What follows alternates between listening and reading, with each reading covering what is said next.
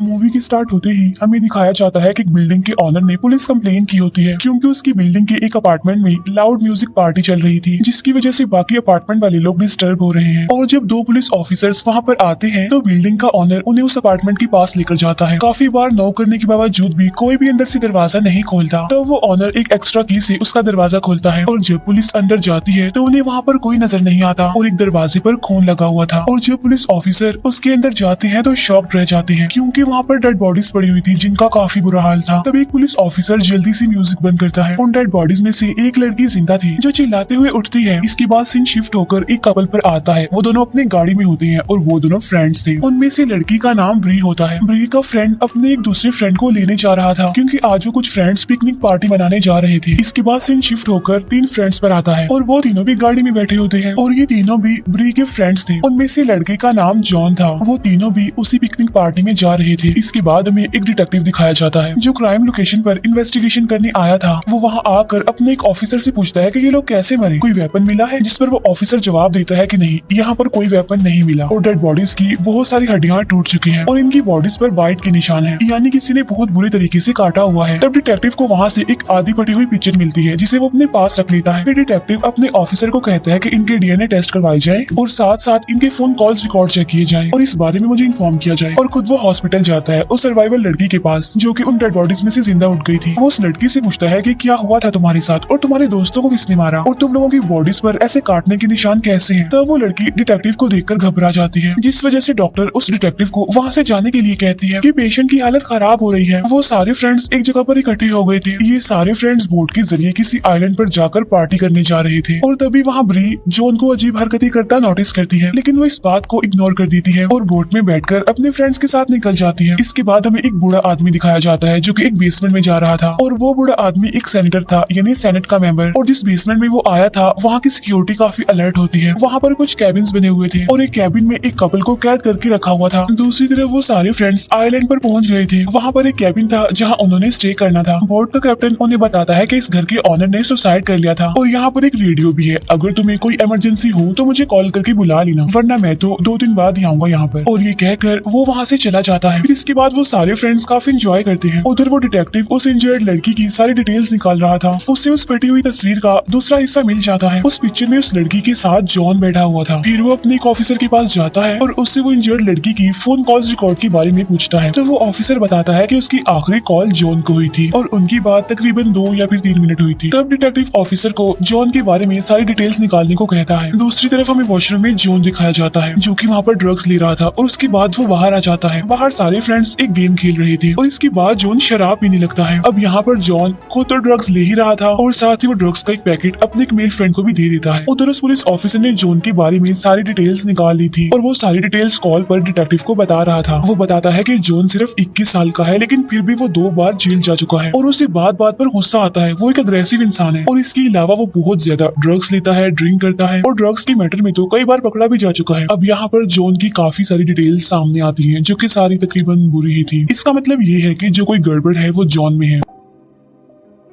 उसके बारे में एक बात ये भी सामने आती है कि जब वो 16 साल का था तो उसने अग्रेसिव होकर अपने स्टेप फादर को बैट से मार मार कर उसका सर क्रश कर दिया था और यही वजह बनी कि उसे मेंटल हॉस्पिटल में भेज दिया गया जहाँ पर 6 मंथ तक उसका ट्रीटमेंट चला और फिर वो ठीक हो गया। तब ये सारी बातें सुनकर डिटेक्टिव कहता है कि ओके ठीक है, ऑल राइट, लेकिन जॉन के बारे में और इन्वेस्टिगेशन करो, क्या पता हमें कुछ और क्लोज मिल जाए। उधर वो सारे फ्रेंड्स मिलकर ड्रग्स ले रहे होते हैं। अब री को ये सब कुछ अच्छा नहीं लग रहा था, इसीलिए वो अपना मूड ठीक करने के लिए बाहर आ जाती है और तब उसका बेस्ट फ्रेंड आकर वहाँ पर उसे मनाता है और वहाँ आकर वो उसे शादी के लिए प्रपोज भी करता है, जिस पर ब्री खुश हो जाती है। फिर हमें वो कपल दिखाया जाता है जिसे उस बूढ़े आदमी ने एक कैबिन में कैद करके रखा हुआ था और आहिस्ता आहिस्ता करके उनका बिहेवियर भी अग्रेसिव होता जा रहा था। अब सिक्योरिटी गार्ड उन्हें अग्रेसिव होता हुआ देख रहा था लेकिन वो कुछ नहीं करता। इसके बाद हमें मॉनिटर स्क्रीन पर दिखाया जाता है कि ऐसे और भी बहुत सारे लोग हैं जो इसी तरह कैबिन्स में कैद हैं और वो भी सारे अग्रेसिव हो रहे हैं और ये देखकर वो सेनेटर यानी वो बूढ़ा आदमी काफी खुश हो रहा था। फिर उन फ्रेंड्स में से एक लड़का देखता है कि जॉन की फ्रेंड रूम में बैठकर रो रही है। तो वो लड़का जॉन की फ्रेंड से पूछता पूछता है कि क्या हुआ, सब ठीक है ना, क्यों रो रही हो तुम और बाहर क्यों नहीं आ रही। जिस पर वो लड़की कहती है कि मैं तुम्हें लाइक करती हूँ, ना कि जॉन को। और तब वो लड़का जॉन की फ्रेंड को रिलैक्स करता है, लेकिन तभी उन्हें डोर ओपन होने की आवाज सुनाई देती है और तब जॉन की फ्रेंड रूम से बाहर आकर ऐसे रिएक्ट करती है जैसे कि कुछ भी ना हुआ हो और वो अपने फ्रेंड्स के पास जा रही हो। इसके बाद उस रूम में जॉन आ जाता है और उसे थोड़ा थोड़ा शक होने लगता है और वहाँ पर उनका वो मेल फ्रेंड छुपा हुआ था। और तब जॉन उसे देखे बगैर वॉशरूम में चला जाता है और जब वो वॉशरूम से बाहर आता है तो वो अपने उस मेल फ्रेंड को बाहर जाते हुए देख लेता है। इसीलिए उसे अपनी फीमेल फ्रेंड पर बहुत गुस्सा आता है और इसीलिए वो फिर से अग्रेसिव होने लगता है। तब जॉन का मेल फ्रेंड उसे पूछता है कि आर यू ओके, ठीक हो ना तुम। जिस पर जॉन कहता है कि हाँ ठीक हूँ मैं। इसके बाद वो दोनों भी अपने बाकी फ्रेंड्स के पास आ जाते हैं। जॉन को यहाँ पर ऐसा फील हो रहा था कि जैसे उसके सारे फ्रेंड्स उस पर हंस रहे हैं, यानी उसका मजाक बना रहे हैं और उन सबके फेसेस उसे अजीब लग रहे थे। और इसी बीच जॉन अपने उसी मेल फ्रेंड को पंच मारता है जो कि उसकी फीमेल फ्रेंड के रूम से निकला था। यहाँ पर ब्री जॉन को रिलैक्स करने की कोशिश करती है, लेकिन जब उसकी आंखों में दिखती है तो डर जाती है क्योंकि उसकी आईज बिल्कुल खून की तरह रेड हो गई थी। ऐसा लग रहा था कि जैसे खून उतर आया हो उसकी आंखों में। उसे काम डाउन किया जाता है, लेकिन तभी वो जंगल की तरफ निकल जाता है। तब उसकी फीमेल फ्रेंड भी उसे रिलैक्स करने के लिए उसके पीछे भाग जाती है और बाकी के चारों फ्रेंड्स घर के अंदर आ जाते हैं। तब वो लोग अपने उस मेल फ्रेंड से पूछते हैं कि आखिर तुमने ऐसा क्या किया जो जॉन ने तुम्हें पंच मारा। जिस पर वो इनकार कर देता है कि मैंने तो कुछ नहीं किया। फिर जॉन और उसकी फीमेल फ्रेंड को ढूंढने के लिए ब्री का फ्रेंड टॉर्च लेकर जंगल में जाता है। उधर डिटेक्टिव उस इंजर्ड लड़की के पास आकर उसे पूछ रहा होता है कि उस दिन क्या हुआ। जिस पर वो लड़की कहती है कि मेरे फ्रेंड्स ने मुझ पर अटैक कर दिया था। तब डिटेक्टिव पूछता है कि उन्होंने ऐसा क्यों किया। जिस पर वो लड़की कोई जवाब नहीं देती और रोने लगती है डरते हुए, पैनिक कर जाती है वो। और जब डिटेक्टिव डॉक्टर को बुलाने के लिए वहाँ से जाने लगता है तो तब वो लड़की खून की उल्टी करती है जिसमें उसकी फीमेल फ्रेंड की कटी हुई उंगली थी। और ये देखकर तो उस डिटेक्टिव के होश उड़ जाते हैं। फिर उनका वही फ्रेंड बाकी फ्रेंड्स को ढूंढने के लिए जंगल में चला जाता है और तभी अचानक से उसे ब्री के फ्रेंड की चिल्लाने की आवाज सुनाई देती है और तब वो लड़का भागकर उनकी तरफ जाता है। वहाँ पर उन्हें जॉन की फीमेल फ्रेंड मिलती है जो कि काफी इंजर्ड थी। तब वो दोनों उसे उठाकर कैबिन में वापस ले आते हैं। ब्री रेडियो के जरिए बोट के कैप्टन से कांटेक्ट करने की कोशिश करती है, लेकिन वो तो अपने फ्रेंड्स के साथ बैठकर बार में ड्रिंक कर रहा था। फिर वो लोग जॉन के फ्रेंड का खून रोकने की कोशिश कर रहे थे। वो सब फ्रेंड्स काफी डरे होते हैं, घबराए होते हैं कि तभी अचानक से उन्हें कोई आवाज सुनाई देती है और तब ब्री का फ्रेंड चेक करने जाता है और वहाँ पर कोई और नहीं बल्कि जॉन था जो कि बिल्कुल किसी ज़ॉम्बी की तरह खड़ा हुआ था वहाँ पर।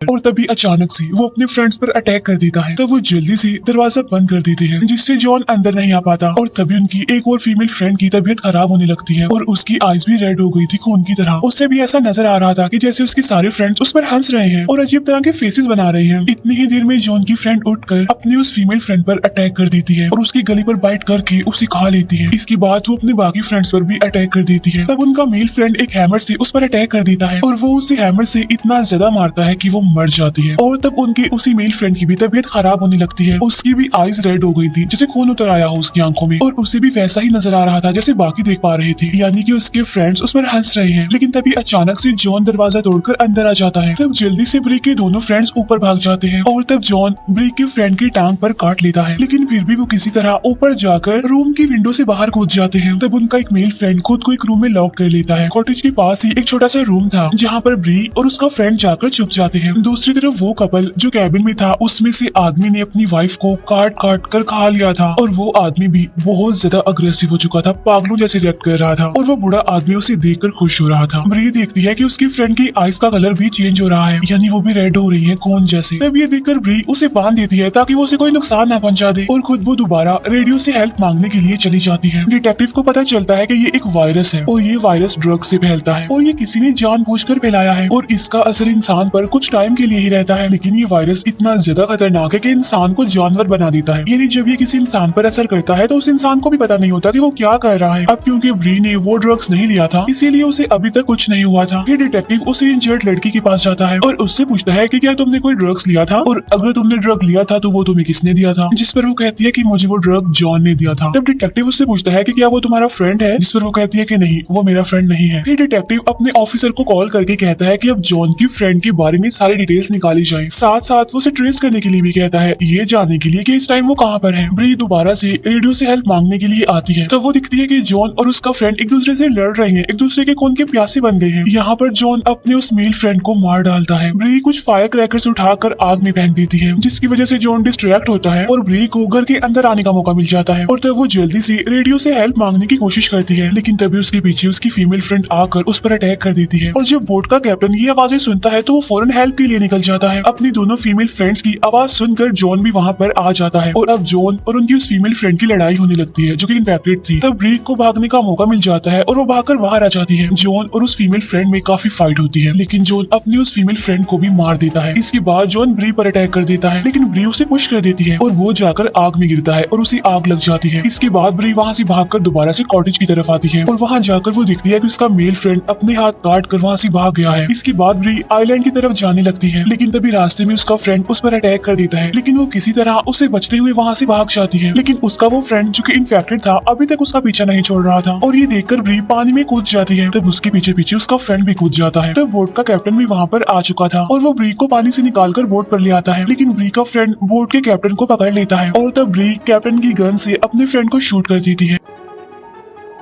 इतनी ही देर में जॉन भी वहाँ पर आकर उन पर अटैक कर देता है और ब्री उससे भी शूट कर देती है, लेकिन इस अटैक की वजह से बोट का कैप्टन मर जाता है और अब ब्री भी काफी इंजर्ड हो चुकी थी। नेक्स्ट मॉर्निंग हमें जॉन का जला हुआ फेस दिखाया जाता है जो कि बहुत डरावना लग रहा था और अब जॉन अपने सेंसेस में वापस आ गया था और वो ब्री और बोट के कैप्टन की डेड बॉडीज देखकर बहुत रोता है। उधर वो कैबिन वाला आदमी भी अपनी वाइफ को मरा हुआ देखकर बहुत रोता है, लेकिन बाहर वो बुढ़ा आदमी और उसकी वाइफ की सब कुछ देखकर बहुत खुश हो रहे थे क्योंकि उनका एक्सपेरिमेंट सक्सेसफुल जो हो गया था। फिर वो सारे कैबिन्स में पॉइजनस गैस छोड़कर सभी को डालते हैं ताकि कोई एविडेंस बाकी ना रहे और वो पकड़े ना जाए। दूसरी तरफ हम बोर्ड पर ब्री को देखते हैं जो मरी नहीं थी बल्कि इंजर्ड थी और बेहोश हुई भी थी और जब उसे होश आता है तो वो जॉन को कहती है कि ये सब कुछ तुम्हारी वजह से हुआ है। तब ये सुनकर जॉन खुद को शूट करके मारने की सोचता है, लेकिन गन में तो बुलेट्स ही नहीं थी और वहीं पर डिटेक्टिव अपने कुछ पुलिस ऑफिसर्स के पास वहाँ पर आता हुआ दिखाई देता है और जब वो पुलिस ऑफिसर्स जॉन के हाथ में गन देखते हैं तो वो अपनी गन्स उसकी तरफ कर देते हैं। तब जॉन अपनी गन उनकी तरफ करता है ये दिखाने के लिए कि इसमें बुलेट्स नहीं है, लेकिन उन पुलिस ऑफिसर्स को लग रहा था कि वो हमें शूट करने वाला है, इसीलिए वो जॉन को शूट करके मार डालते हैं। अब डिटेक्टिव को पता चल चुका था कि जॉन आखिर कहना क्या चाह रहा है, इसीलिए वो अपने ऑफिसर्स को रोकता ही रह जाता है, लेकिन कुछ नहीं हो पाता। फिर टीवी न्यूज पर आइलैंड मैसेकर यानी उन्हीं फ्रेंड्स के बारे में बताया जा रहा था और उस ड्रग्स के बारे में भी कि उसमें एक वायरस है जो तेजी से फैलता जा रहा है और ये सारे फ्रेंड्स उसी का शिकार हो गए और जो कोई इस वायरस से इन्फेक्टेड होता है तो वो जानवर बन जाता है और इंसानों को खाने लगता है। फिर न्यूज कॉन्फ्रेंस में हमें वही सेनेटर यानी बूढ़ा आदमी दिखाया जाता है, वो कह रहा होता है कि असल में ये वायरस भी टेररिस्ट का एक अटैक है और प्राइम मिनिस्टर इस पर कंट्रोल नहीं कर पाएंगे और अगर पब्लिक मुझे अगला प्राइम मिनिस्टर चूज करती है तो मैं वादा करता हूँ कि इस वायरस को खत्म कर दूंगा। फिर दिखाया जाता है कि वो बूढ़ा आदमी अपने एक सीक्रेट लैब में उसी वायरस को पौधों के जरिए उगा रहा है। यहाँ से ये अंदाजा लगा लें कि वो किस कदर लालची इंसान था। सिर्फ प्राइम मिनिस्टर बनने के लिए उसने कितने लोगों की जिंदगियों को तबाह कर दिया और आगे भी करेगा, वो ऐसे ताकि ये वायरस फैले और इसका एंटीडोट तो पहले उसने बना रखा था और जब वो इस एंटीडोट को लोगों पर अप्लाई करेगा, लोग उससे हील होंगे तो वो सब में हीरो बन जाएगा और उसे प्राइम मिनिस्टर बना दिया जाएगा। और इसी के साथ ही मूवी यहीं पर एंड हो जाती है।